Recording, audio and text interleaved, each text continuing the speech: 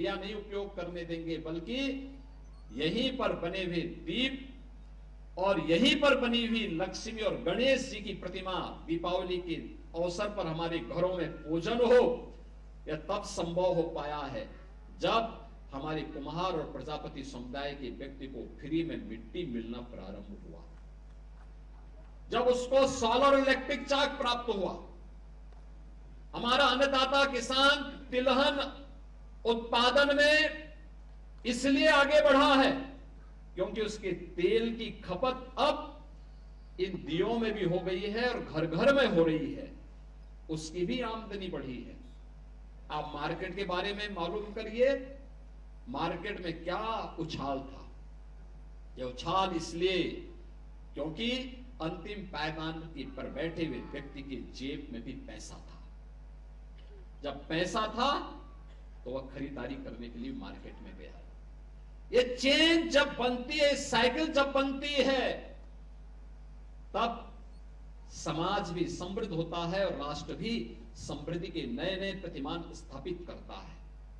आज भारत की जो प्रगति है, आज भारत दुनिया की अगर चौथी अर्थव्यवस्था बना है और इस वित्तीय वर्ष में तीसरी अर्थव्यवस्था के रूप में दुनिया के अंदर स्थापित होने वाला है, उसके पीछे इस सोच को भी उसके साथ जोड़ा गया है।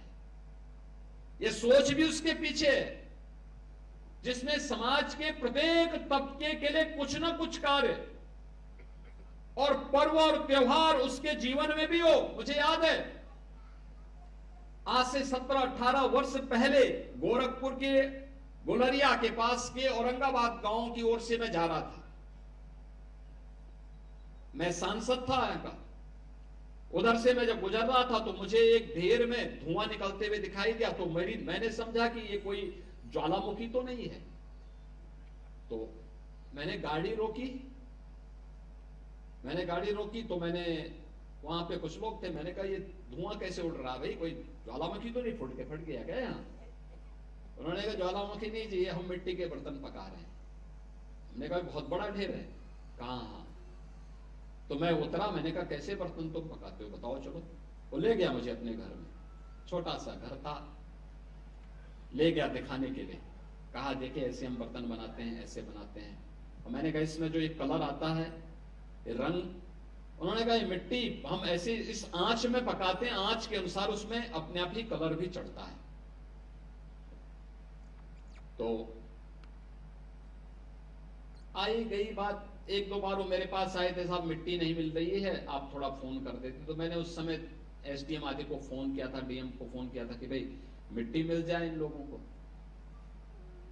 और जब मैं मुख्यमंत्री बना तो मैंने सबसे पहले कहा, मैंने कहा देखो गोरखपुर में औरंगाबाद के हमारे प्रजापति समुदाय के लोग परेशान है तो पूरे प्रदेश में परेशान होंगे। तो मैंने कहा भाई इनको मिट्टी फ्री में मिल जाए। और उसके पीछे हमारा स्वार्थ भी था, मिट्टी फ्री मिलेगी वे सस्ते में बर्तन बनाएंगे, और दूसरा तालाब हमारा खाली करेंगे तो उसमें जल संरक्षण होगा, तो वाटर लेवल भी प्रदेश का मेंटेन होगा।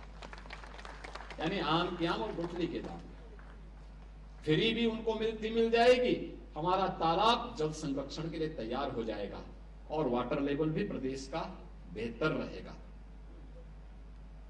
और जब 1 डिस्ट्रिक्ट 1 प्रोडक्ट की योजना हमने लागू की तो मैंने कहा कि गोरखपुर में औरंगाबाद का टेराकोटा को जोड़ लो, थोड़ा प्रजापति समुदाय के लोगों को इसी बहाने सम्मान मिल जाए। अखिलेश यादव ने कभी इनकी पीड़ा को समझा होता ना तो इतना बचकाना बयान नहीं देते। और इसीलिए कहते हैं, इसी के लिए कहा गया है ना कि गद्दी विरासत में मिलती है, बुद्धि नहीं मिलती है, बुद्धि नहीं मिलती है, उसके लिए प्रयास करना होता है। और कुछ लोगों की आदत होती है, उनके जीवन भर उनका बचपना नहीं जाता है, उस प्रकार की हरकतें वे कर ही देंगे, और यही हरकत वे आज भी कर रहे हैं। उन्होंने कहा दीप जलाने की आवश्यकता क्या है, यानी उनको दीपावली से नफरत है। यानी अब तक तो हम सोचते थे कि अयोध्या में राम जन्मभूमि से और हिंदू तीर्थों से ही इनको नफरत होगी। आप याद करिए जब हमने ब्रज तीर्थ विकास परिषद का गठन किया था तो उन्होंने कहा था कि मैं सेफाई में दुर्योधन की मूर्ति लगाऊंगा। मैंने कहा कंस की भी लगा दीजिए। भाई हम तो भगवान कृष्ण की मथुरा को और वृंदावन को सजाएंगे, संवारेंगे, क्योंकि भाई हम लोगों के संस्कार है, ये हमारे संस्कार है। ये आपको कंस और दुर्योधन प्यारे हैं, आप उनकी लगाइए, ठीक बात है। और यही बात उन्होंने इस बार यहां पर भी कही दीपावली के अवसर पर। यानी वे रामद्रोही ही नहीं है, कृष्ण द्रोही भी हैं और सनातन पर्व और त्योहारों के द्रोही भी हैं। किस प्रकार का दोहरा चरित्र लेकर के लोग कार्य करते हैं, यही परिवर्तन है। कांग्रेस श्री राम को नकारती थी, श्री कृष्ण को नकारती थी। आज दुनिया अयोध्या में आकर के श्री राम जन्मभूमि में रामलला का दर्शन कर रही है और अभिभूत होती है। मैंने वह दृश्य देखा है जब अयोध्या धाम में 22 जनवरी 2024 को प्रधानमंत्री मोदी जी के कर कमलों से रामलला विराजमान होने के उपरांत उस दिन समाज के अलग अलग नेतृत्व वर्ग ने अयोध्या धाम में दर्शन किया था, रामलला का दर्शन किया था। लेकिन मुझे इस बात की जानकारी थी कि 5 लाख लोग अयोध्या धाम में पहले से ही रुके हुए हैं, अलग अलग आश्रमों में, अलग अलग स्थानों पर, और ये लोग अचानक दर्शन करने के लिए निकलेंगे। हम लोग प्रातः काल ही अयोध्या धाम पहुंच गए थे व्यवस्था देखने के लिए, क्योंकि श्री राम मंदिर पहले पहले बना था, अन्य कार्य भी चल रहे थे। अचानक भीड़ होगी, कैसे सब संभाली जाएगी व्यवस्था। मैं बहुत चकता, व्यवस्था में लगे हुए स्वयंसेवक और पुलिस के कार्मिक तो उस अभियान के साथ समर्पण भाव के साथ जुटे थे। लेकिन जो सबसे बड़ी बात मुझे देखने को मिली थी, देश और दुनिया से आया हुआ व्यक्ति जो आता था, कोई जमीन को चूमता था, कोई पिलर को पकड़ता था, किसी की आंखों से आंसू आ रहे हैं। हम पूछते थे आंखों से आंसू क्यों? मैं इसलिए पूछता था, ऐसा तो नहीं कि किसी ने इनके साथ दुर्व्यवहार किया हो या कोई अन्य घटना इनके साथ घटित हो गया हो। उन्होंने कहा साहब एक खुशी के आंसू है, हम कभी सोचते भी नहीं थे ये हो पाएगा, ये हो गया है, इसलिए खुशी के आंसू हैं कि हम भी रामलला के दर्शन कर पा रहे हैं। 500 वर्षों की किसी पीढ़ी ने, कई पीढ़ियां आई गई, लेकिन कोई दर्शन नहीं कर पाया, आस लगा करके चले गए। लेकिन ये हमारी पीढ़ी का सौभाग्य है कि हमें अवसर प्राप्त हुआ है और इसी के लिए कृतज्ञता ज्ञापित करने के लिए हम लोग आए हैं। ये मेरी खुशी के आंसू हैं। अगर उन भावनाओं को समझने का कार्य कांग्रेस ने किया होता, जिन्होंने सुप्रीम कोर्ट में एफिडेविट दिया था कि राम एक मिथक हैं, कृष्ण एक मिथक हैं, यानी एक काल्पनिक पात्र मान करके इन्होंने उस समय हिंदू आस्था को अपमानित करने का काम किया था। और समाजवादी पार्टी तो अपनी कृत्यों के लिए जीवन में कभी भी कोई भी श्री राम भक्त उसे माफ नहीं कर सकता। किस निर्ममता के साथ राम भक्तों पर गोलियां चलाई गई थी। जिन लोगों ने अयोध्या में राम भक्तों पर गोलियां चलाई थी, जो लोग रामलला की मूर्ति को राम जन्मभूमि से हटाने के लिए आदेश जारी करते थे, और जिन लोगों ने राम के अस्तित्व पर ही प्रश्न खड़ा करने का प्रयास किया था, आज उसी अयोध्या में जब लाखों लाख दीप प्रज्वलित होकर के प्रकाशमान होते हैं, एक नई आभा बिखेरते हैं, तो अयोध्या दुनिया की सबसे सुंदरतम आध्यात्मिक और सांस्कृतिक नगरी के रूप में अपनी आभा को दुनिया में वैश्विक पटल पर बिखेरती हुई दिखाई देती है। अब याद करिए, गत वर्ष अकेले अयोध्या धाम में 6 करोड़ से अधिक श्रद्धालु आए थे दर्शन करने के लिए, श्री राम जन्मभूमि में दर्शन करने के लिए। यानी यह एक नई यात्रा है और प्रयागराज महाकुंभ को भी इन लोगों ने देखा होगा। प्रयागराज की भव्यता और दिव्यता, 66 करोड़ से अधिक श्रद्धालु महाकुंभ के साक्षी बन सके। इनके द्वारा तमाम षड्यंत्र किए गए। महाकुंभ आयोजन के पहले दिन से इनके नकारात्मक ट्वीट आने प्रारंभ हो गए थे। पहले दिन से।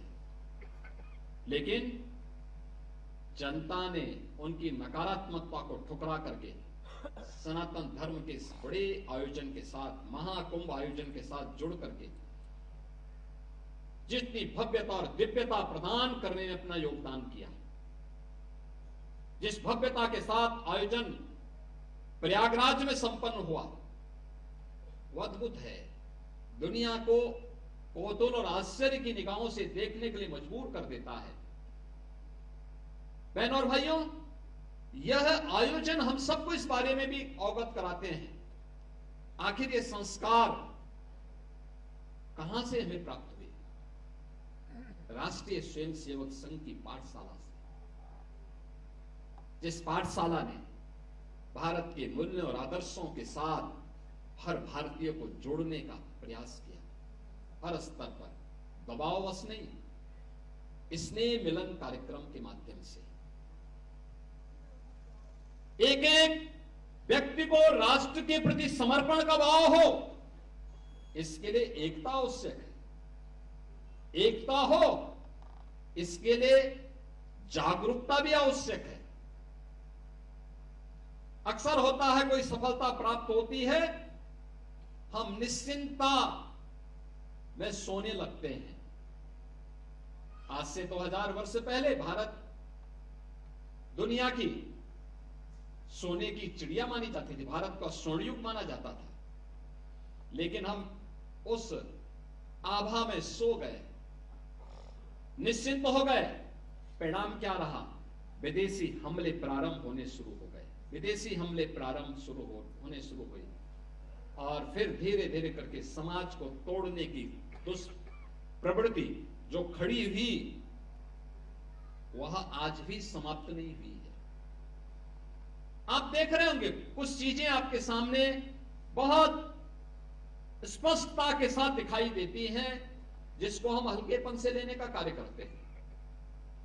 बहुत हल्केपन से मैं देखता हूं कि उसको हम बहुत हल्की निगाहों से देखते हैं, और वह खासतौर पर उन चीजों के बारे में, एक तरफ हिंदू समाज को जाति के नाम पर, क्षेत्र और भाषा के आधार पर विभाजित करने की साजिश फिर से प्रारंभ हुई है, और बड़ी मजबूती के साथ सारे हथकंडे अपना करके इन चीजों के साथ जोड़ने का प्रयास हो रहा है। आप मुझे बताओ, कोई महापुरुष किसी जाति विशेष का होता है? उसका योगदान जाति विशेष के लिए होता है? महापुरुष तो महापुरुष है, पूरे समाज का है, पूरे राष्ट्र का है, वो राष्ट्र नायक है, राष्ट्र के आराध्य हैं। फिर उन्हें जातीय संकीर्णता के दायरे में बांध करके सामाजिक एकता को छिन्न भिन्न करने की कुत्सित चेष्टा क्यों? लेकिन ये हो रहा है। सोशल मीडिया प्लेटफॉर्म पर फेक अकाउंट बना करके जाति जाति के बीच में वैमनस्यता और विषवमन करने की एक नई दुष्प्रवृत्ति प्रारंभ हुई है। कौन इसके प्रति सतर्क करेगा? समाज को इसके प्रति कौन जागरूक करेगा? एक और सनातन धर्म से जुड़े हुए पर्व और त्योहारों के बारे में नकारात्मक टिप्पणियां, भारत के आराध्य देवों के प्रति अपमानजनक टिप्पणियां, भारत के महापुरुषों को जातीय आधार पर विभाजन की कुत्सित चेष्टा, और दूसरी ओर देश के अंदर लव जिहाद और धर्मांतरण जैसी कुत्सित समाज विरोधी और राष्ट्र विरोधी गतिविधियों को कैसे प्रश्रय दिया जा रहा है, हम आज भी उसको देखने और समझने में थोड़ा सा अभी भी कोताही बरत रहे हैं। याद रखना, कालनेमी, ताड़का और सुड़पंखा, ये तीन जो पात्र हैं रामायण कालखंड के, इनकी प्रासंगिकता समाज तोड़ने के बारे में वह हर युग में रही है और वह हर युग में उस रूप में अपनी मौजूदगी से अपने षड्यंत्रों को अंजाम देने के लिए तैयार करते रहे। हमें आज भी उस दुष्प्रवृत्ति से अपने को सचेत रखना पड़ेगा, जो भोली भाली जनता को बहकाने का काम कर रहे हैं, जो आपके परिवारों के अंदर घुस करके हिंदू बेटियों के साथ छल कपट करके, प्रपंच करके, खिलवाड़ करके करने का कुत्सित कार्य कर रहे हैं। आपने अभी देखा होगा कैसे छद्म नाम पर ये लोग कार्य करते हैं। वह छद्म नाम आपने अभी विगत दिनों देखा होगा, बलरामपुर जिले में, उत्तर प्रदेश के बलरामपुर जिले में जलालुद्दीन उर्फ छांगुर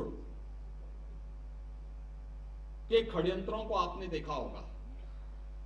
किस रूप में वह व्यक्ति कालनेमी बन करके उस पूरे क्षेत्र में षड्यंत्रों को अंजाम दे रहा था। नाम उसका, जब कार्रवाई हो रही थी और हम लोगों ने लगभग 3 वर्षों से अपनी टीम को बिठाया हुआ था अलग अलग जगह की, भाई देखो इसकी गतिविधि को वॉच करना है, देखना है, और वक्त आने पर फिर जब पूरा मटेरियल इकट्ठा हो जाएगा तो हमारी प्रभावी कार्रवाई होगी। 3 वर्ष से हम लोग लगातार कर रहे थे। लगातार मैं हर महीने इसकी समीक्षा भी करता था, क्या प्रोग्रेस है, क्या प्रोग्रेस है, क्या प्रोग्रेस है। और प्रोग्रेस जब तक अंजाम तक पहुंचता, वो 6 महीने पहले वहां से भाग गया। मैं नाराज हुआ टीम देखी, भाई ये तो हमारा तो पूरा मिशन ही फेल हो रहा है। आप आश्चर्य करेंगे, मेरे अलावा मेरे साथ जो टीम के साथ लगी हुई टीम थी, उसके अलावा कोई भी अन्य वरिष्ठ अधिकारी या जनप्रतिनिधि ये नहीं मानता था कि इसका नाम जलालुद्दीन है। वो मानते थे छांगुर बाबा है। तो जब गिरफ्तारी भी हुई तो मीडिया में यह छांगुर बाबा धर्मांतरण करते भी गिरफ्तार। हमने कहा भी छांगुर नहीं है, इस कालनेमी का वास्तविक नाम रखो, इसका नाम जलालुद्दीन है। ये धर्मांतरण करवाता था और राष्ट्र विरोधी गतिविधियों में लिप्त था, तमाम प्रकार की राजक गतिविधियों में लिप्त था। इसने रेट तय कर रखे थे कि अपर कास्ट की बालिका के लिए कितना पैसा देगा,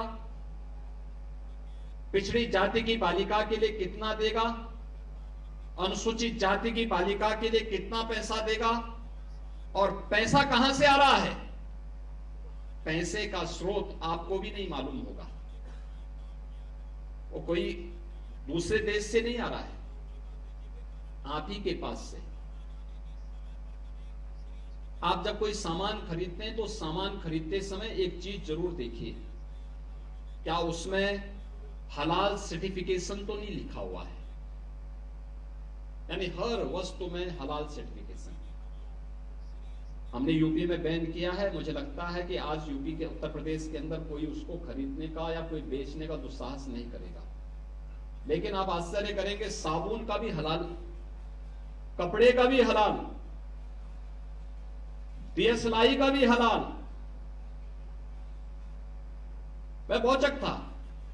एक अधिकारी बोला साहब इसमें, मैंने कहा भी देखो नहीं नहीं नहीं, एक षड्यंत्र है भाई। मैंने कहा माचिस तो झटका वाला है, आप एक झटके में लगाएंगे तो तभी आग जलेगा, आप हलाल करते रहेंगे तो कभी जलेगी नहीं वो माचिस। तो मैंने कहा इससे बड़ा झूठ क्या हो सकता है। आप सोचो, और हमने जब कार्रवाई प्रारंभ की, 25,000 करोड़ रुपए देश के अंदर हलाल सर्टिफिकेशन से होता है और भारत सरकार की या राज्य सरकार की किसी भी एजेंसी ने उन्हें मान्यता नहीं दी है। ये सारा का सारा पैसा आतंकवाद के लिए, लव जिहाद के लिए और धर्मांतरण में दुरुपयोग होता है, और इसीलिए उत्तर प्रदेश ने इसके खिलाफ बड़ी कार्रवाई प्रारंभ की है कि हलाल सर्टिफिकेशन के नाम पर भारत के उपभोक्ताओं का शोषण करने वालों के खिलाफ सख्त कार्रवाई होनी ही चाहिए। और इस कार्यक्रम को हमें भी सतर्कता पूर्वक देखना चाहिए। कोई सामान खरीदते हैं तो जरूर देखिए कि जीएसटी हमें देना है, लेकिन यह भी देखिए कि हलाल सर्टिफिकेशन के नाम पर एक फूटी कौड़ी भी नहीं देनी चाहिए, क्योंकि जितना पैसा जाएगा ये सभी के सभी पैसा आपके खिलाफ षड्यंत्र में वह जाने वाला है, और यही होता है। और यह बड़ा षड्यंत्र किस स्तर पर हो रहा है, छांगुर एक नमूना के रूप में जलालुद्दीन को हम लोगों ने बलरामपुर में गिरफ्तार करके जेल के अंदर भेजा है। ऐसे जलालुद्दीन, ऐसे छांगुर आपके अगल बगल के भी क्षेत्र में कहीं ना कहीं बैठे होंगे, छुपे होंगे, छद्म भेष में छुपे होंगे, अन्य रूप में बैठे होंगे। उनकी गतिविधियों पर नजर रखना, उनको बहुत सतर्कता पूर्वक देखना। दूसरा, कुछ चीजें हैं जो हमें थोड़ा सतर्क होकर के देखना होगा। मैं अक्सर इस बात को देखता हूं, हमारे यहां हम लोग इस बात को चर्चा अक्सर करते हैं, अक्सर चर्चा करते हैं कि अंग्रेजों ने इतने वर्षों तक शासन किया, ब्रिटिश उपनिवेश की चर्चा होती है, फ्रांस के उपनिवेश की चर्चा होती है, लेकिन राजनीतिक इस्लाम की कहीं चर्चा नहीं होती। जिसने आस्था पर कुठाराघात किया, यानी ब्रिटिश उपनिवेशवाद के खिलाफ हम लड़े थे, हमारे पूर्वज लड़े थे। फ्रांस के उपनिवेशवाद के खिलाफ हमारे पूर्वज लड़े थे, लेकिन राजनीतिक इस्लाम के खिलाफ भी हमारे पूर्वजों ने लड़ाई लड़ी थी, बड़ी बड़ी लड़ाइयां लड़ी थी। छत्रपति शिवाजी महाराज को, गुरु गोविंद सिंह जी महाराज को, महाराणा प्रताप को, महाराणा सांगा को हम इसी बात के लिए स्मरण करते हैं, इसी बात को लेकर के हम उनको राष्ट्र नायक के रूप में सम्मान देते हैं। लेकिन ये राजनीतिक इस्लाम वही है जो छांगुर के रूप में डेमोग्राफी को चेंज करके राष्ट्र माता के टुकड़े टुकड़े करने की मंशा के साथ कार्य कर रहा है। और उससे सतर्क रहने के लिए राष्ट्रीय स्वयंसेवक संघ आज समाज को जोड़ने के जिस बड़े अभियान को आगे बढ़ा रहा है, और वह अत्यंत अभिनंदनीय प्रयास है। जो महत्वपूर्ण दायित्व संघ ने पिछले 100 वर्षों के दौरान समाज जीवन के अलग अलग क्षेत्रों में उठाए और समाज को एकजुट करके एक नया परिवर्तन करके दिखाया है। शताब्दी वर्ष के अवसर पर भी संघ ने पंच परिवर्तन के नए संकल्प के साथ हमें आगे बढ़ने के लिए एक नई प्रेरणा प्रदान की है, और वह है सामाजिक समरसता।